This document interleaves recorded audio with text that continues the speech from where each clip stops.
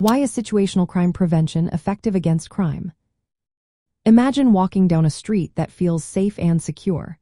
That's often because the environment has been changed to make crime less likely to happen. Situational crime prevention is all about making those changes. It works because it targets the specific places and times where crimes happen, not just the criminals. This approach is based on the idea that offenders make choices by weighing the risks and rewards. If we can tip that balance, crime drops.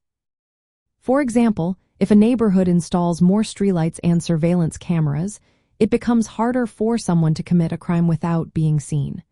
These small changes increase the effort needed to commit a crime and raise the chances of getting caught. When it's more difficult or risky, offenders think twice. This is why focusing on the environment is so effective. It cuts off crime opportunities right where they happen. Another reason SCP works well is because it uses practical, easy-to-implement measures. Things like adding locks to doors, trimming bushes that hide potential hiding spots, or controlling access to certain areas are simple steps. They don't require massive social reforms but can still make a big difference in reducing crime in specific spots. Prevention is key here. Instead of waiting to catch criminals after a crime occurs, SCP aims to stop crimes before they happen. By making crimes less rewarding or more difficult, it discourages offenders from even trying. This proactive style of crime fighting is often more effective than just relying on police or punishment after the fact. SCP strategies are also flexible. They can be tailored to different crimes like theft, vandalism, or assault, and adapted to different environments such as homes, streets, or businesses. For example, a shop might use security tags and cameras, while a park might improve lighting and add patrols. Research shows that SCP can really lower crime rates.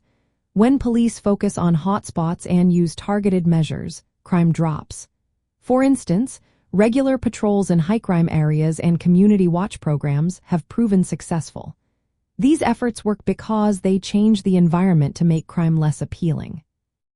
This approach aligns with the idea that offenders act rationally. They decide based on what they see as the risks and benefits.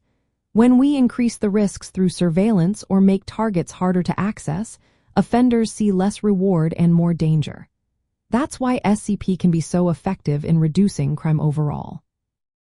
In real life, law enforcement and community groups use these principles to analyze crime scenes or hotspots. They identify vulnerabilities and implement specific changes to make those areas safer.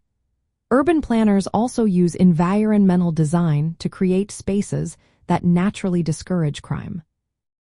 In the end, situational crime prevention works because it disrupts the conditions that make crime possible. It makes committing a crime more effortful and risky, which makes offenders less likely to act. This approach complements other criminological ideas and provides practical tools to help keep communities safer.